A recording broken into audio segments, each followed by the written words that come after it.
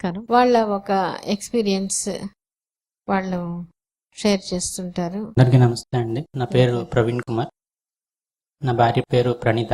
మాది సొంతూరు విజయవాడ. నేను రైల్వేలో జాబ్ చేస్తూ మేము బిట్రగుంటలో ఉంటాము. మా ట్రీట్మెంట్ ప్రాసెస్ గురించి చెప్పాలంటే మేము కొంచెం ఎర్లీగానే ట్రీట్మెంట్ స్టార్ట్ చేసామండి. అర్థం చెప్పాల్సిన అవసరం లేదు. పెళ్ళైన సంవత్సరంన్నరకే మేము పిల్లలు కావాలని ప్రాసెస్ స్టార్ట్ చేసాం. అయితే అలా చేయడానికి ఒక ముఖ్యమైన కారణం ఉంది. ఏంటంటే ఈ పెళ్ళైన తర్వాత మా మిస్సెస్కి స్టమక్ ఏక్లా వస్తూ తనని ఒక విజయవాడలో ఒక కార్పొరేట్ హాస్పిటల్లో చూపించాము. అయితే తనకి ఈ ఎండోమెట్రియం సిస్ట్, మనకి మెడికల్ టెర్మినాలజీలో పీసీఓడి అంటారు, అది ఉందని చెప్పున్నారు. చెప్పిన తర్వాత దానికి ల్యాప్రోస్కోపీ చేశారు. సిస్ట్ తీసేయాలని చెప్పి ల్యాప్రోస్కోపీ చేశారు.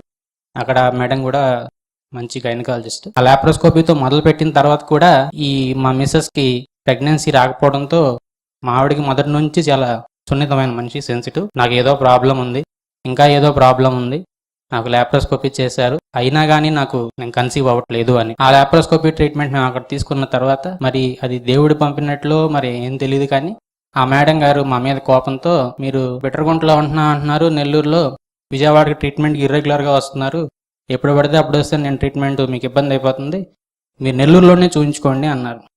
మేడం మాకు నెల్లూరు కొత్త, ఎవరో తెలియదు. మేడం ఫైల్ మీద రాశారు, go and consult doctor Andal అని. అదే పేరు నేను ఫస్ట్ వినడం. మేము బిట్రగుంటలో ఉన్నాం, కానీ నెల్లూరు సిటీకి, టౌన్కి ఫస్ట్ రావడం కూడా ఈ హాస్పిటల్కి అదే ఫస్ట్ టైం. ఇక్కడికి వచ్చి మేము చూపించుకున్నామండి. తనకి ఓవరీస్ అంతా అన్నీ బాగున్నాయి. ఇక్కడ ట్రీట్మెంట్ మేడం వాళ్ళు మా మిస్సెస్ని గైడ్ చేసిన విధానం అన్నీ కూడా చాలా బాగా నచ్చాయి. ఇక్కడ ట్రీట్మెంట్ విధానంలో ప్రతిదీ నా భార్య ఫాలో అయిందండి.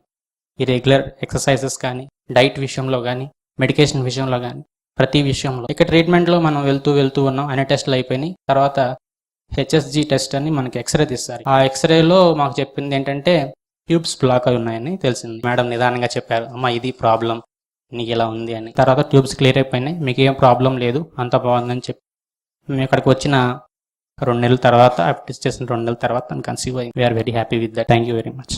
సంతోషం అండి.